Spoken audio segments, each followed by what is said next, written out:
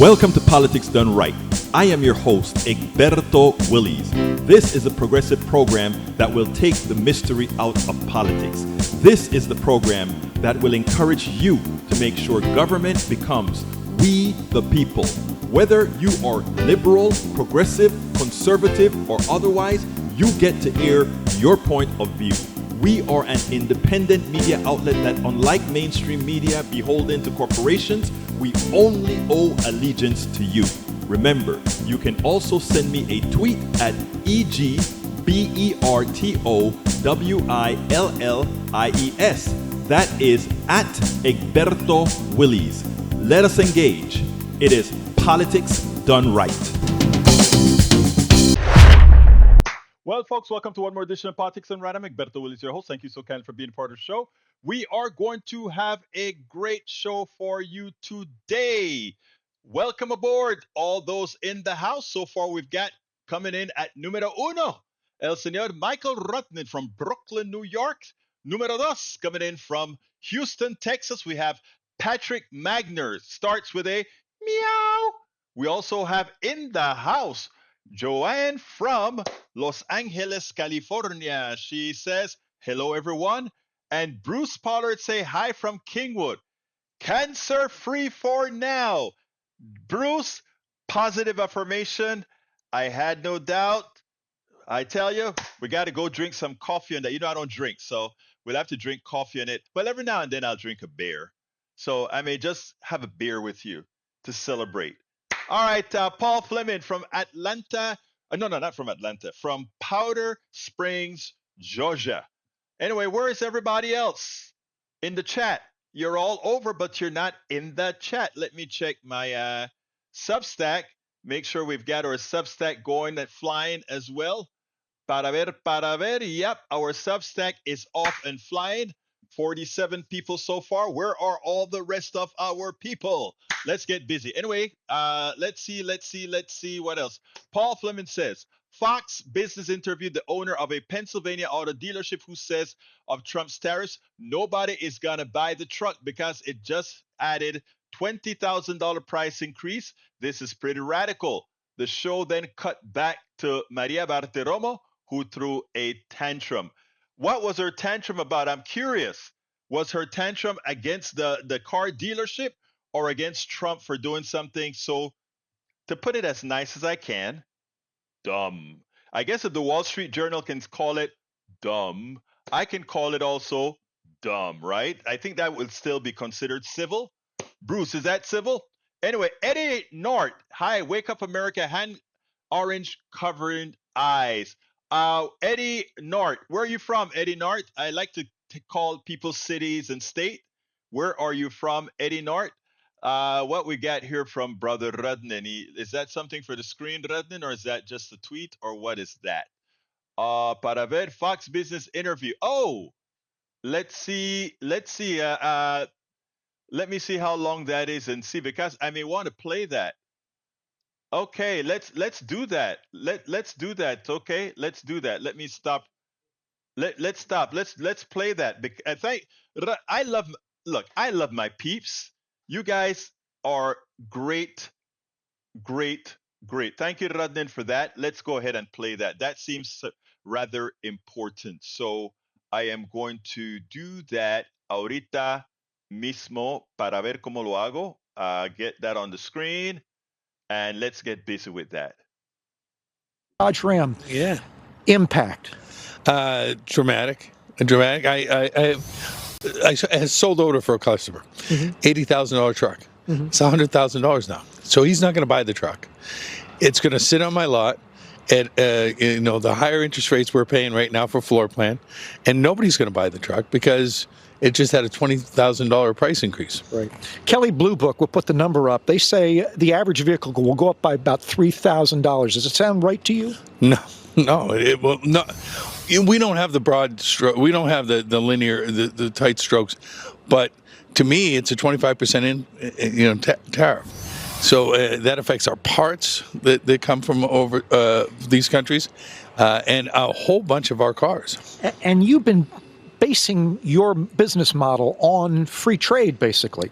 This is what the American Automakers Policy Council says, Maria, in response to this. They say our American automakers invested billions in the U.S. to meet the requirements of the current free trade agreement. They shouldn't have their competitiveness undermined by tariffs that'll raise the cost of building vehicles in the U.S. and stymie investment in the American workforce while competitors from the outside of North America benefit. The German, there's no tariff on the German cars coming in now. No, they're Japanese. They're going to be okay, but think about it. We built our business around that. The OEMs built their business around that, and now it changes on a dime, and we can't build a $4 billion plant overnight in the United States. So I think building in the United States is great. I think enhancing the participation from the other countries on the other things, but this is pretty radical.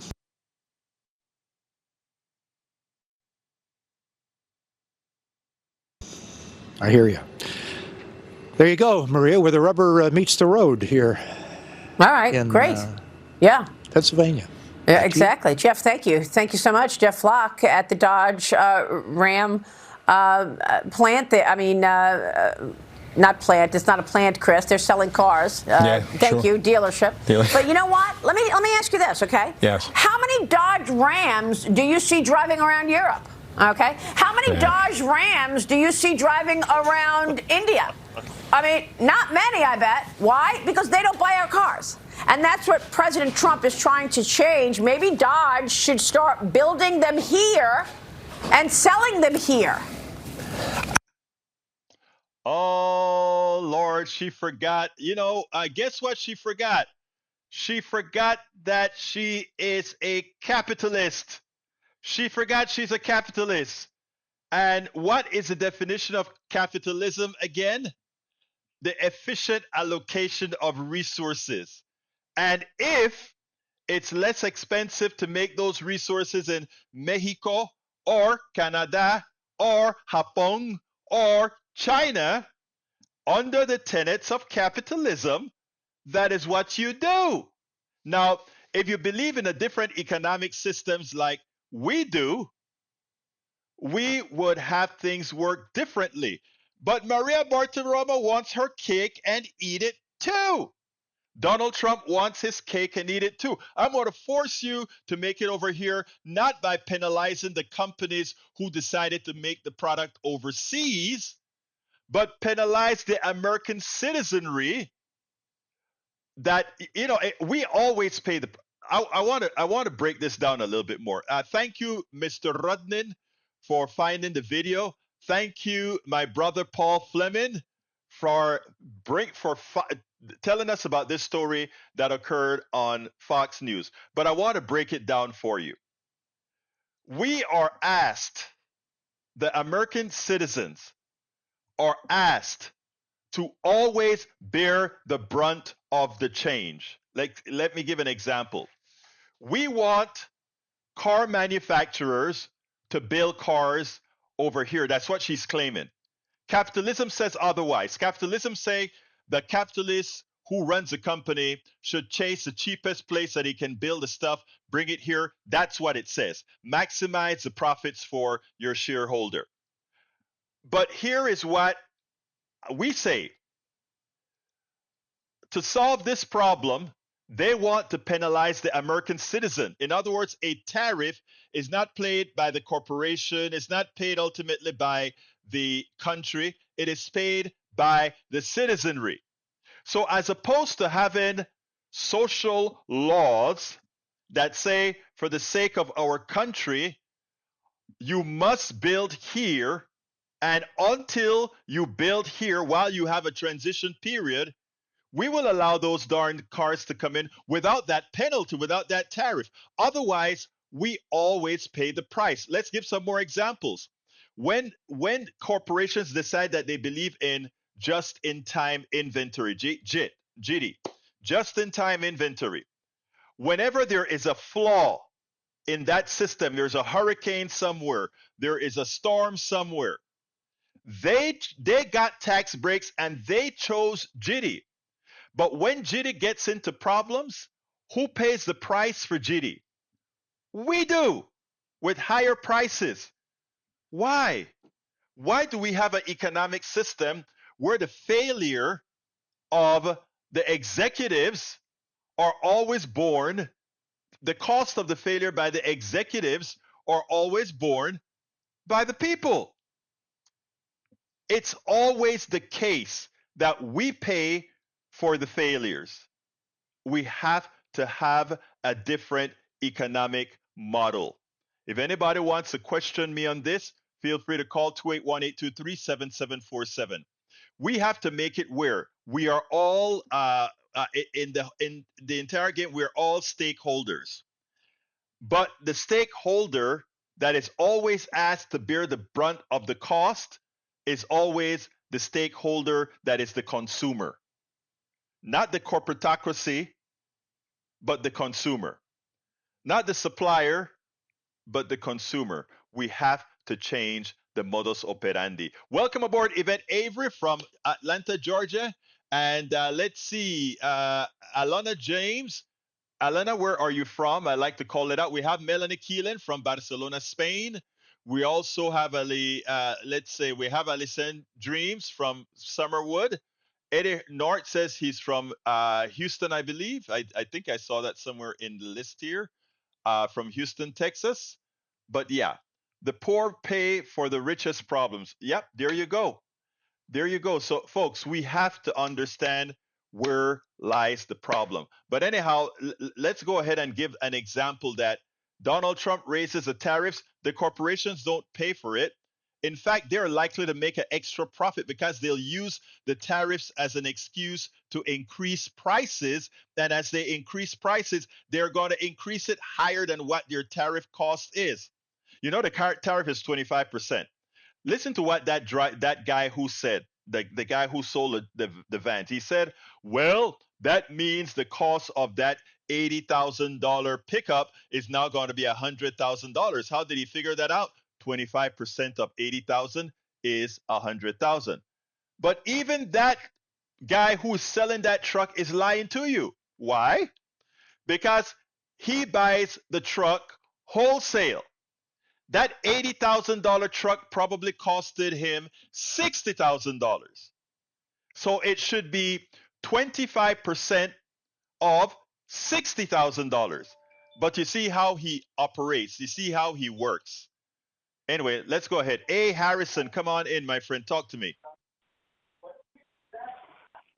Yeah, there was a story that I had heard a couple of months ago where I can't remember if it was Eisenhower or one of the presidents back in the 50s, early 60s, raised tariffs on washing machines. Yes. Specifically on washing machines. Yes. And what ended up happening, as we all know, is that the price of washing machines went up because the people that are importing the washing machines, they're not going to absorb the cost. They're going to pass it on to the consumer. Exactly.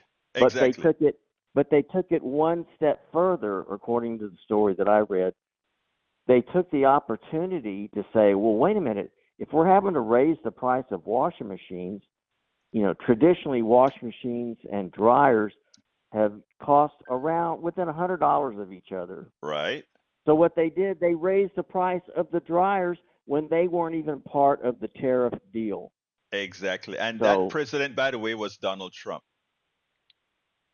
Okay. I thought the story read was it had happened before, but obviously I got the timeline wrong. But it just goes to show you that, you know, that these corporate people, just like you said, whenever they get the opportunity to raise the price, even if they don't really have to, they'll do it. And of course, the consumer always pays the price. Well, you know, it is funny because Tim, one of our supporters here, he sent me an email that I haven't answered yet because I haven't looked it up yet. But he said, if you want to understand what's happening to eggs, check this out. Check this out. And I'm going to go ahead and take a look at it in a little bit. But even the price of eggs, you know, you're paying $6, $8 or whatever you're paying in the store. None of that reflects the true increase in cost of the eggs. It's just exorbitant compared to what the real increase in cost because of shortages are causing. So yeah, that is what. But you know what? Mr. Harrison, that is what capitalism says is a legal thing to do. It says two things: the efficient allocation of resources, which they don't mean for you, they mean for the capitalists. But the other thing that they also mean is what the god of capitalism said, which is Milton Friedman. He said they have no response. That the capitalists, the executives who work for these guys, have no responsibility to the other stakeholders, to the consumer or anybody else. Their sole responsibility is to the shareholders, nobody else. And that's the only folks they need to look out for. Think about that for a second. I didn't say that. Anybody wants to look it up, go look up Milton Friedman on Wikipedia and read his 1972 statement, I think it's about. And they don't want you to be concerned about environment. They don't want you to be concerned about anything. Thank you very much, Mr. Harrison, for calling in. Okay, thank you. You have a wonderful day. All right, I got a video for you.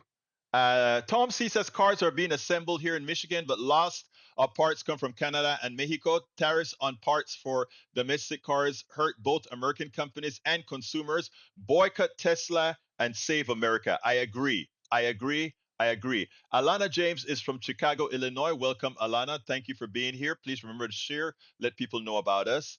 Michael Radnes Egberto, after your chat, please read out.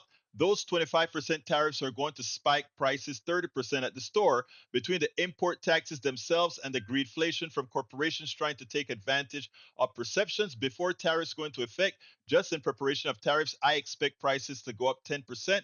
I expect prices to shoot up 30% or more within 1 year of tariffs starting. What every economist understands that Trump and red hats don't get is that tariffs are an import, whoops, it jumped. Tax that the people pay. The streetcars that are made in America, Ford, Lincoln, all of these guys have parts that are made elsewhere as well. Folks, we've got to smarten up. Bridge MCP says, Zelensky says it is time to make things right. After Oval Office blew up, the Ukrainian president said he and his team are ready to work under President Trump's strong leadership to get a peace that lasts. It's amazing what you do when I need to stop this. Okay, I see what's wrong. Anyway, so it's amazing what you have to do sometimes. But I want you to listen to this video, folks. Target has already said, yes, prices are going up. Donald Trump claims that, or continues to claim, that the other countries are the ones that are going to pay for the tariffs. Well, the tariffs are now on 25% on Canada, 25% on Mexico, 20% on China. And you know what? You are going to pay the tariffs. And now it's not conjecture. You know how we know that? The guy whose company sells you groceries, the guys whose company sells you things, came on CNBC and said, within the next 2 days, no more than a week, as these tariffs kick in to last night, guess what? He will be raising prices on your produce. Just listen and hear it for yourself. We've told you so. We've been trying to point out that this was the reality. No matter what your Führer lied and told you, this is the reality. Check it out, and we'll take it on the other side. We know for certain categories, like fruits and vegetables, where during this winter season, we depend on Mexico for a significant amount of supply. No, those are categories where we'll try to protect pricing, but the consumer will likely see price increases over the next couple of days. Over the next couple of days? So those go in really instantaneously? Short supply chains. You think about all the fresh produce. Yeah. You know, we depend on Mexico during the winter. We're going to try to make sure we can do everything we can to protect pricing. But if there's a 25% tariff, those prices will go up. For things like what? Strawberries, avocados, bananas? What are we talking about? You've got that list right. Is that so? Those are some of the key items. And those prices could change within days in the stores? Change certainly over the next week. So that was Target CEO Brian Cornell just this morning on CNBC. His comments came as Mexican President Claudia Sheinbaum just announced moments ago that her country will put forth retaliatory tariffs this weekend. Joining us now, NBC News senior business correspondent Christine Romans. Christine, good to see you again. So let's talk about the state of tariffs. They went into effect last night. How is the market reacting? The bell is being rung in about 1 minute. Yeah. Just give a state of play. So yesterday was a tough day in the market because it became clear that these Mexico and Canada tariffs were going to go into effect, and there will be retaliation. Already we're hearing retaliation. And the president yesterday also said he was raising the China tariffs another 10%. So you got 20% tariffs on stuff coming in from China, Mexico, and Canada. That started at midnight. So that means, just like the CEO of Target said, the stuff that they're picking up at the port today, they will be handed a bill from customs that says you owe us another 25%. And so immediately that is a cost for business. The Best Buy CEO this morning also saying that its vendors are indicating that they're going to have to pass along those higher costs along the supply chain. Translation, you're going to pay more for computers and smartphones and the stuff that you buy. You can see the market already open lower here because it's real. John, it's on. And trade wars are kind of like a circular firing squad. Once you all start firing at each other with these retaliations and other retaliations, there can be unintended consequences. There can be disrupted supply chains. The last time we were in this kind of a moment was in the first Trump administration. That was a low inflation moment. So just the categories where you had tariffs, inflation rose, but everything else stayed pretty steady. We're in a higher than normal inflationary environment. That's why people are concerned about these things. Christine, the president addresses joint members of Congress tonight, Senate and House. How does he stand and deal with the fact that one of the things he ran on was prices were rising? He blamed it on Biden. And now he's causing a tariff. He's announced tariffs that will cause inflation at a higher level that we don't even know how long it will last. How do you reconcile that if you're Trump? It's fascinating because he said he won because of the groceries, because people were upset about the groceries. And you just heard the CEO of a major company say the groceries are going to cost more money because of these trade policies. I expect that he's going to frame this as him remaking the American economy to bring back factories, to kill the drug trade, and to make America rich again. And you heard from Howard Lutnick, his Commerce Secretary, this morning, just recently. He said people are looking too much at the near term here, and they need to look further out to how they're going to remake the economy so it's so rich that this near-term disruption doesn't matter. Certainly, investors in the stock market today aren't agreeing with that perspective and are more concerned about what this is going to mean for supply chains, for profits, for consumers, and for the economy overall, potentially weakening U.S. economy. All right, folks. It is clear that the president, what I don't understand is we still have people that try to say this president is smart in some areas, maybe not in any other. No, this is not a competent or smart president. He has taken an economy that was solid based on capitalist norms, was solid, not based on socioeconomic norms for people making, marginal money, but from a total standpoint, an economy in the capitalist structure that was doing fine. He has taken that and has put in all the necessary markers to run it into the ground. Tariffs are going to run it into the ground. And his issues with Ukraine, etc., is going to run it into the ground. His tax cut policies is going to run it into the ground. His healthcare policies going to run it into the ground. So we have somebody who is taking something that was given to him on a silver platter, and with his ineptness, with his ineptitude, with his lack of intellect, he's going to throw it away. And those people who least can afford to, his MAGA base specifically, are going to suffer for it. Absolutely the case. Absolutely the case. Brother Magner, talk to me. Hey, good afternoon. Do we all remember the railroad strike and the port strike? Yes, we do. It was over a year ago. Conservative news and conservative neighbors were all upset in arms because their bananas were going to go up in price instead of understanding that these people are going on strike so that they could feed their families. But then when their president turns around and increases the prices on the very same products that we were told to defend, when they go up 25%, we're supposed to be happy about this. This is another moment where I'm confused, and I kind of need your guidance.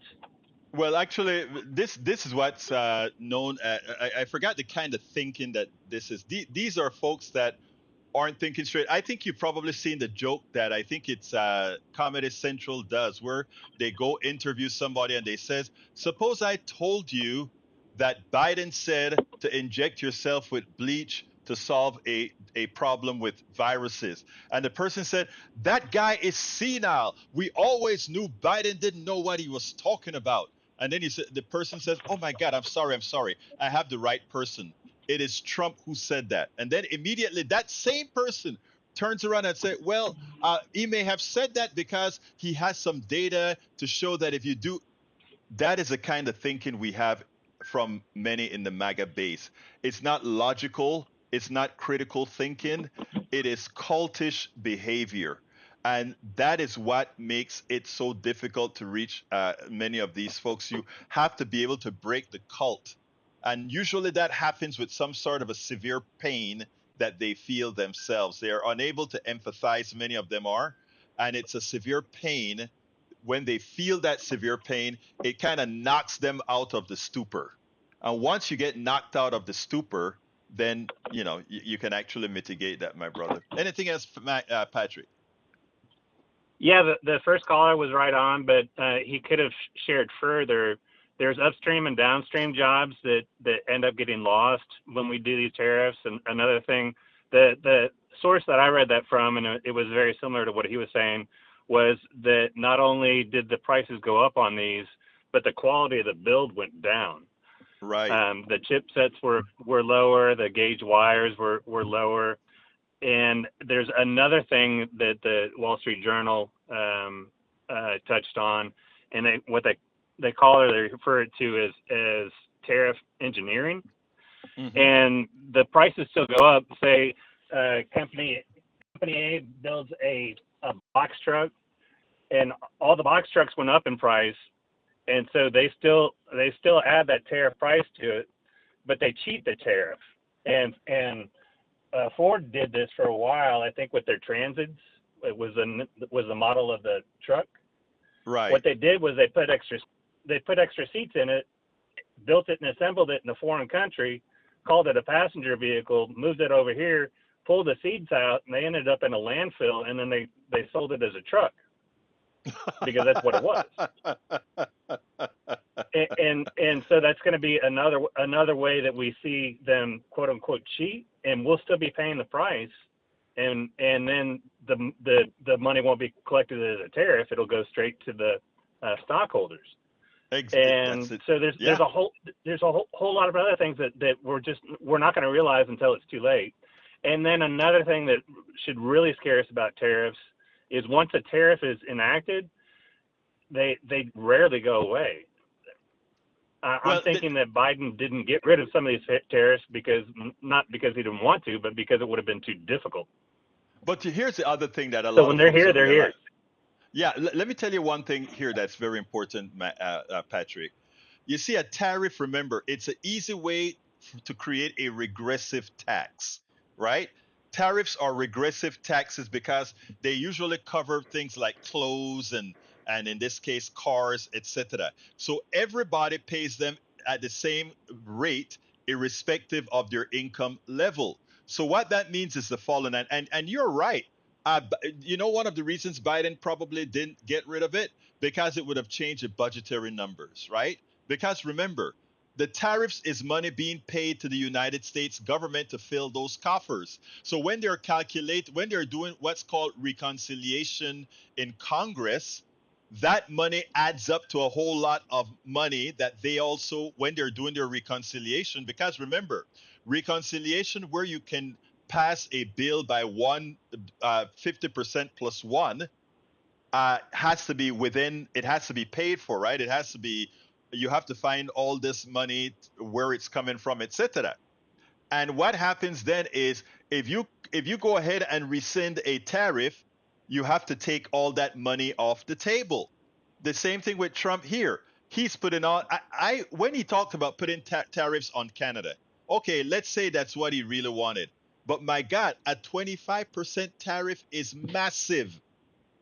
It's massive. And that's what he's putting on. He's putting that onto Canada. The man wants to raise money because that is a regressive tax on all of you that are hearing my voice right now. That is money that goes right into the treasury, and it offsets anything that he wants to spend. Understand it, people. This is not rocket science, but this is what's happening. Anything else, Patrick, before I go to the other video? I'll let you go real fast, but if you remember, they wanted a flat sales tax. Conservatives wanted a flat sales tax instead of an income tax. It was for the same reason. They're trying to push all the taxation onto the bottom half.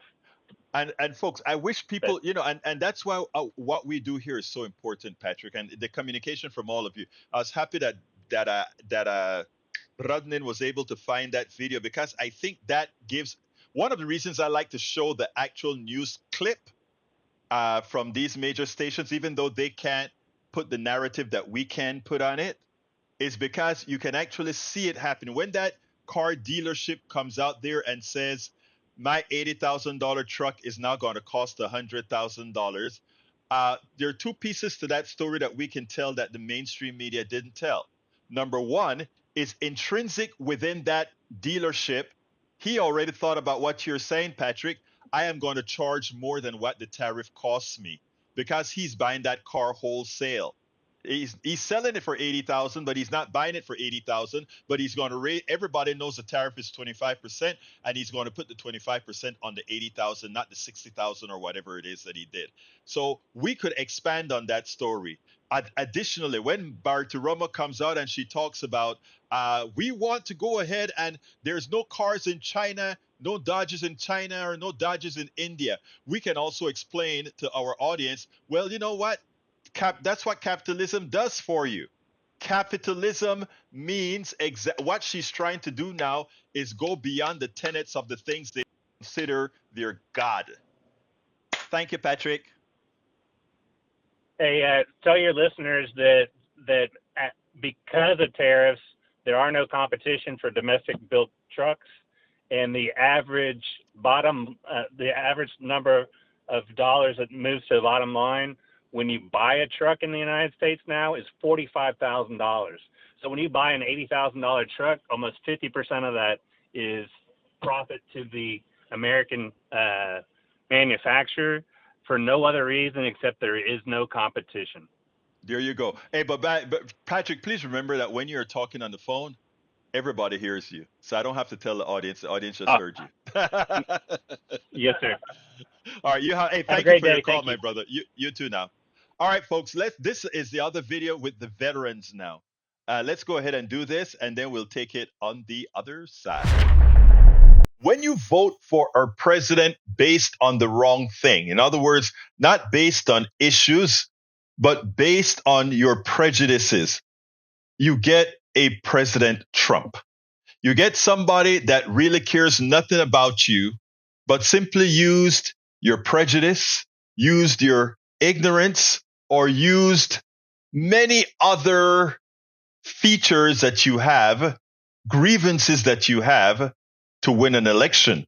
But the difference here is not telling you exactly what they would do that would make your life better, but telling you all the things that they are going to do to solve all the problems you dislike.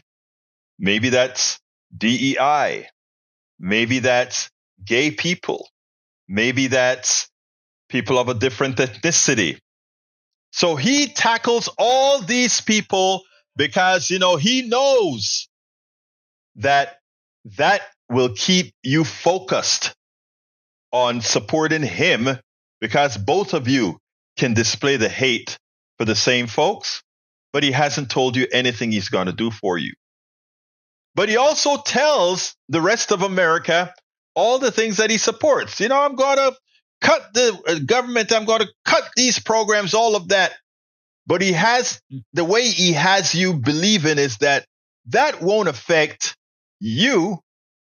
It will affect the other. But a thinking person understands that if you are from a state or of a persuasion that is dependent on government, how could it not possibly affect you? Well, now we have this Marine veteran who worked for the IRS.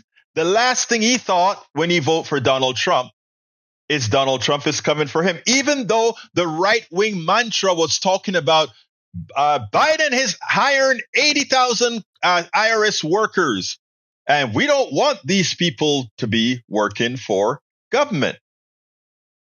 And you, Mr. Veteran, who works for the IRS, voted for Donald Trump. Did you not hear when he says they don't want all these IRS people running around? Same with the people who voted to reduce government. Now they're not getting a lot of the subsidies they want. So are the people who voted for this president who said he was going to cut programs and give big tax cuts. Where do you think the tax cuts come from? You. No Medicaid or lowering in Medicaid and firing workers. And now it has come to pass. He is doing exactly what he told you he was going to do, but he's also doing your bidding. Anti-DEI, hey, you got it. Anti-trans, hey, you got it. But what about anti-programs that all of you depend on? You see, the anti-trans didn't make any money for his rich folks, tax cuts for his rich folks. The anti-DEI didn't do anything for the tax cuts for his rich folks because there ain't no money in those particular social programs you hate. There ain't no money in those things that you really, really hate. The people you hate, getting at those people you hate, that doesn't come with money. That's just a thing. But the money that he needs, he had to get from somewhere. So he increases on tariffs. And who pays for that again? You do. And he increases on thing after thing after thing.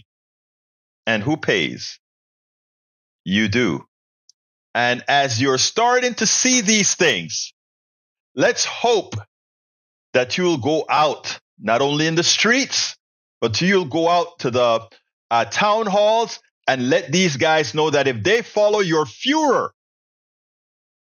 that they will ultimately pay the price. I want you to listen to this Marine veteran along with his congressman and this MSNBC host. Check this out, and then we'll take it on the other side.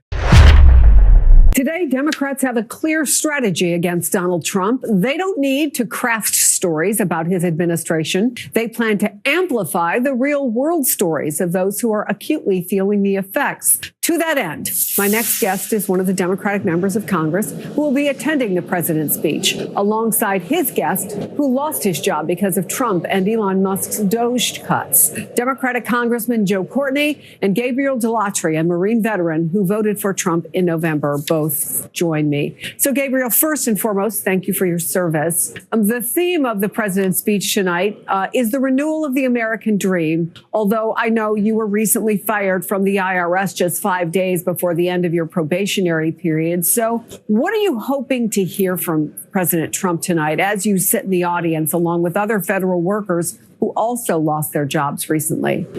First and foremost, thank you for having me on. I'm hoping to hear the president say that he has a plan to reinstate the veterans that were fired and also the spouses of armed forces members that are overseas that use federal employment. That's really it. I'm here on behalf of veterans. I don't want to say that Elena Haba, counselor to the president, speaks for him, but she is a spokesperson for the White House. And she was asked just today about people like yourself, particularly veterans, veterans who have been fired from the federal workforce. And I want to play for you what she said just a short time ago. Is the president starting to think about maybe some of those veterans who worked for the federal government and maybe what the administration can do to at least help salvage their lives? Well, as you know, we care about veterans tremendously. I mean, that's something the president has always cared about. Anybody in blue, anybody that serves this country. But at the same time, we have taxpayer dollars. We have a fiscal responsibility to use taxpayer dollars to pay people that actually work. That doesn't mean that we forget our veterans by any means. We are going to care for them in the right way, but perhaps they're not fit to have a job at this moment or not willing to come to work. And we can't, I wouldn't take money from you and pay somebody and say, sorry, they're not going to come to work. It's just not acceptable. I'd like you to react specifically because she's talking about veterans like yourself when she says they're not fit to have a job at this moment or not willing to come to work. Does that apply to you or any of the other veterans who you work with? No, it doesn't. I was in the office all the time. I oversaw all the IRS facilities in Connecticut, so it was can't really do that job from home. I was all over the New England region, going into these offices, making sure they were running good so that we could have our taxpayer assistance centers who American people rely on to get taxes done. So it's sad to hear, but I'm still here to get veterans their job back, and that's going to be my goal while I'm down here. Congressman, is there anything you can do to help in that regard? So we've introduced legislation, the Veterans Job Protection Act, which would in fact reverse those firings, which again, I think it's important to remember. The federal government actually has been intentionally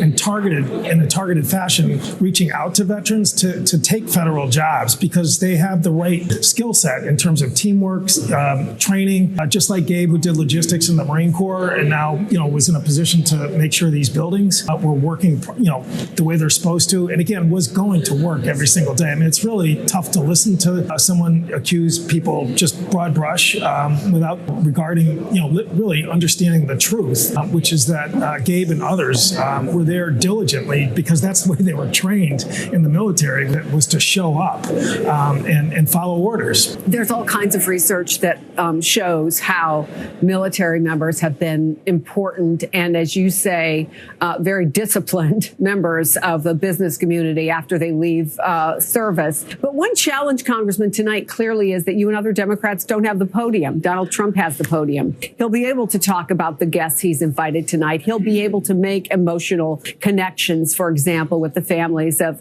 one person who was killed during the assassination attempt on his life. So how do you and other Democrats amplify stories like Gabriel's, not just tonight, but in the weeks to come? Do you think that in addition to legislation, which will be tough in a Republican Congress, there is a pressure campaign that can work? Absolutely. So, again, Gabe has been meeting with professional committee staff while he's been here in town, who, again, this is not just a one and done type of effort. I mean, people understand that this is going to take a while.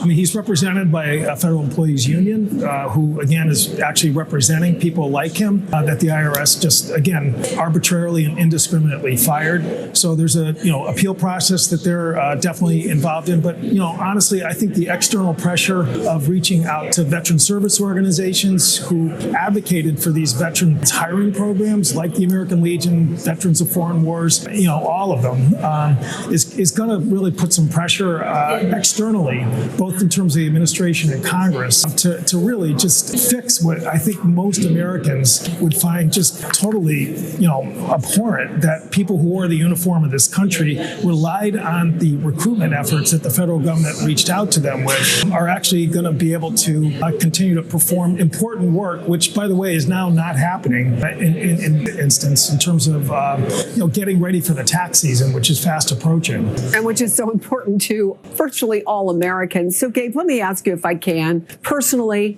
emotionally, financially, what this has done to you and your family. Put a lot of pressure on us, to be honest. We have a 6-month-old baby, my wife and I, beautiful baby. We love her. Parenthood's awesome, but it's put an extra weight on our shoulders. In the meantime, looking for employment while I fight this, but I'm hoping that I can get my job back, and I'm hoping that I can get all the veterans that were fired their jobs back. There was around 6,000 veterans that were let go. If I can come here and I can get 5,999 veterans their job back, but I don't, I'm okay with that too. So as you can see, this Trump voting Marine veteran, he's working hard in Congress now to get the jobs back for the 500 5,999 IRS workers that were laid off. I wish him well. I wish him luck. I hope he got educated on what his fewer is going to do, will do, did. And I hope never again he makes the mistake of supporting the evil represented by not just Trump. Trump is pretty much over, but the entire train, the entire bench of Trumpians that are there intent on destroying not only our government, but our country. Absolutely so. Absolutely so. Anyway, Bridge MCP says, Egberto Willies, if Canada cuts off electric or even just use the tariffs, I am in upstate New York. We are being warned of huge price increases. Oh, wow. That's right. Because they are selling electricity into the United States from Niagara Falls, etc. You are so right, my dear, beautiful lady. Paul Fleming says a public citizens report obtained exclusively by NPR shows the new administration has halted or tried to dismiss cases or investigations at least 89 companies in the last month, including why do you think they want to get rid of the CFPB? Because again, they don't want, they're giving passes to all those banks, etc., that rips people off with bills here and there. Tom C says Trump's speech on the State of the Union, renewal of the American dream equals beginning of an American nightmare. I agree. Michael Rudnin has a message for El Senor Eric, and it goes as follows. Eric thinks Trump is going to stop fentanyl trafficking. He's bought the talking points hook, line, and sinker. This time next year, there are still going to be 100,000 plus fentanyl overdose deaths, with more than half coming from hot doses where addicts don't know they're taking heroin that's laced with fentanyl. You don't solve an opioid epidemic with hardline policies. You can only solve it by looking at the underlying problems, including the economic hardships that caused the opioid epidemic in the first place.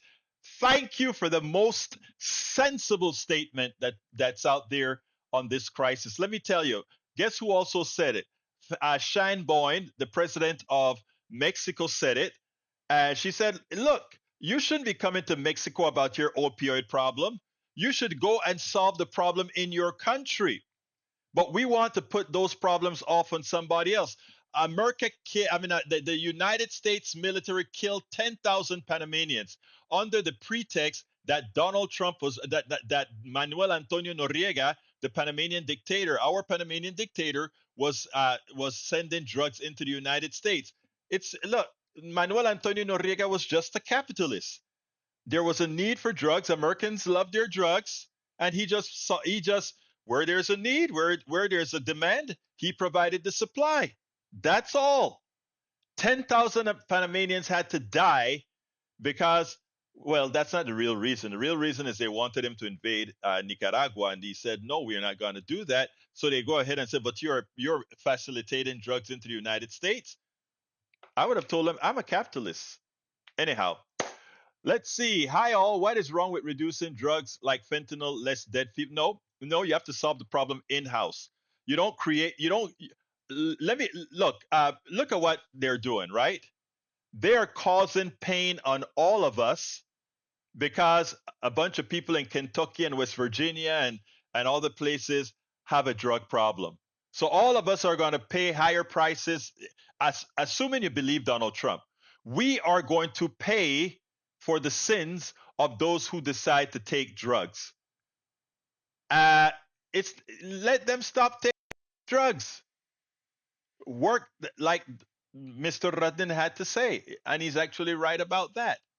All right, Bridge MPCP puts this out. Donald Trump. All federal funding will stop for any college, school, or university that allows illegal protests. Agitators will be imprisoned or permanently sent back to the country from which they came. American students will be permanently expelled or, depending on the crime, arrested. No masks. Thank you for your attention to this matter. Wow. If that isn't a dictator, colleges, that's what we're made for. Protest.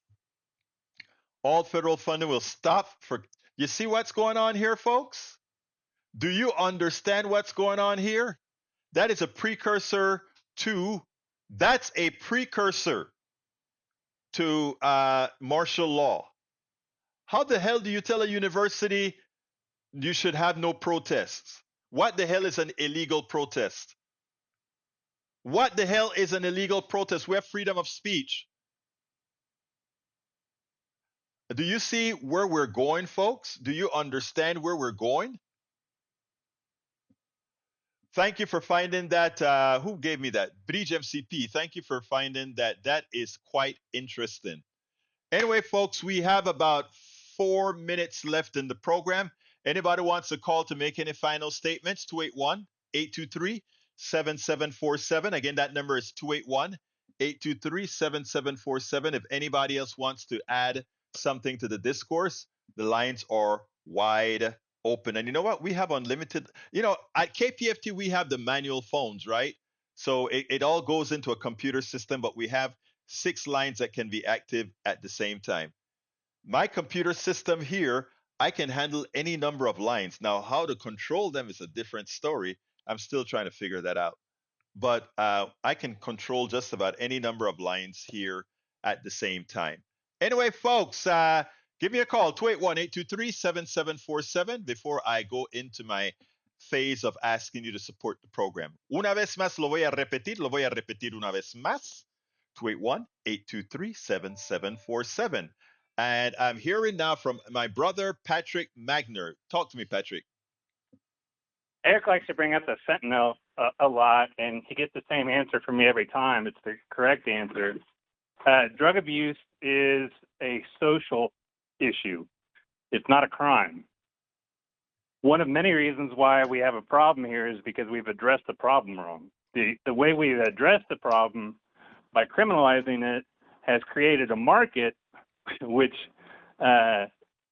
takes something that costs pennies and makes it more valuable than gold, which is what fentanyl is. You nailed it. Now, socialist countries don't have the problems that we do. They also don't work the number of hours that we do.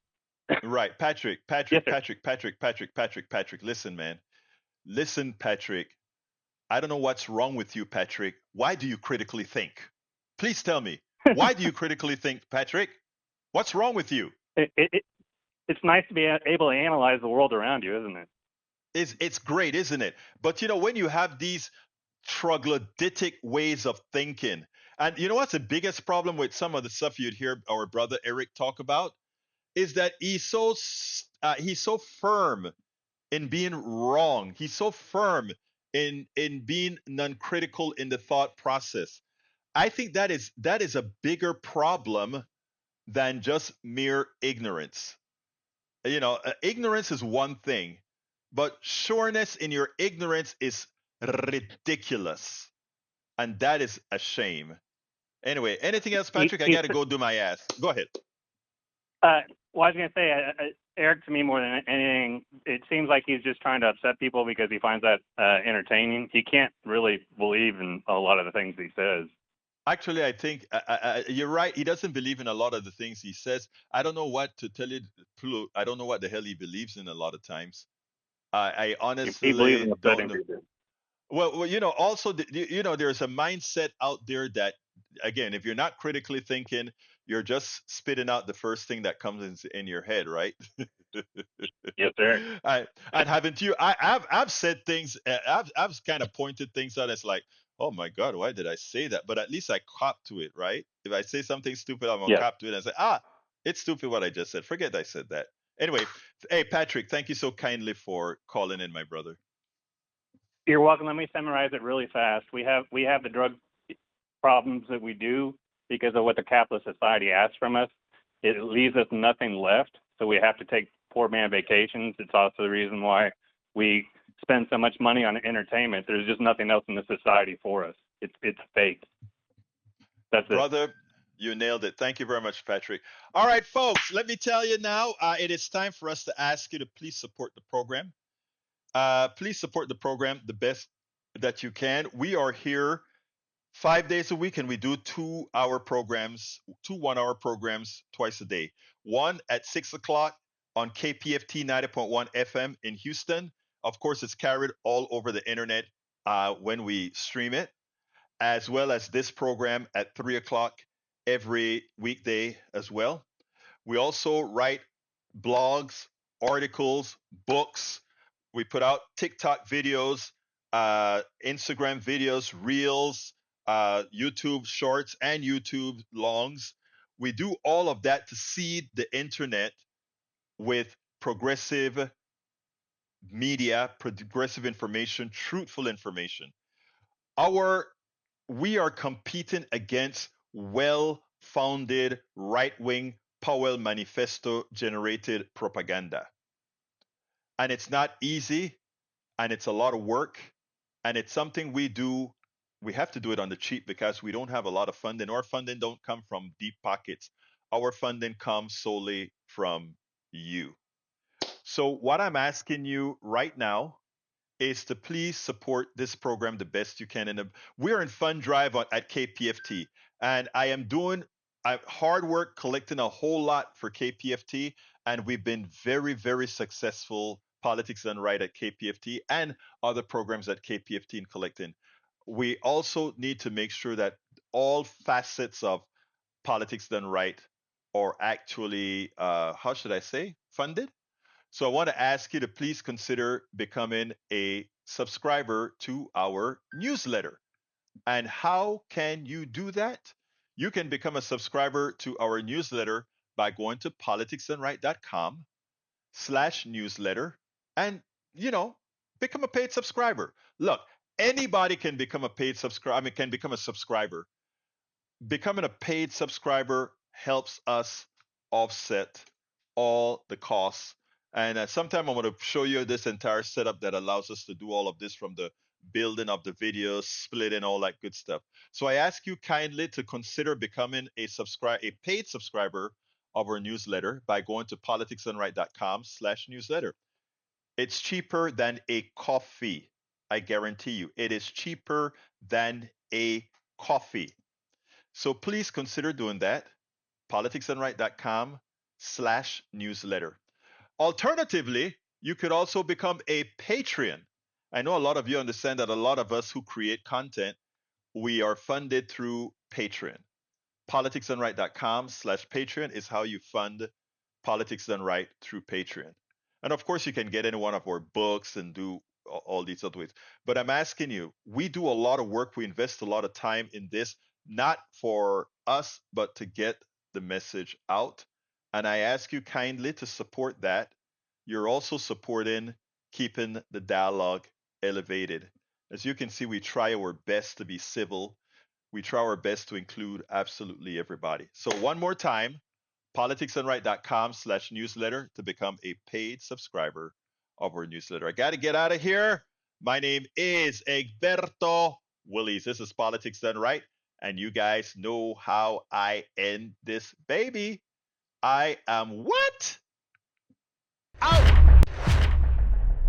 We spend a lot of time deconstructing the news, trying to parse it into a form that everybody can understand. We try to find those little nitpicks where it flies above the fray, etc.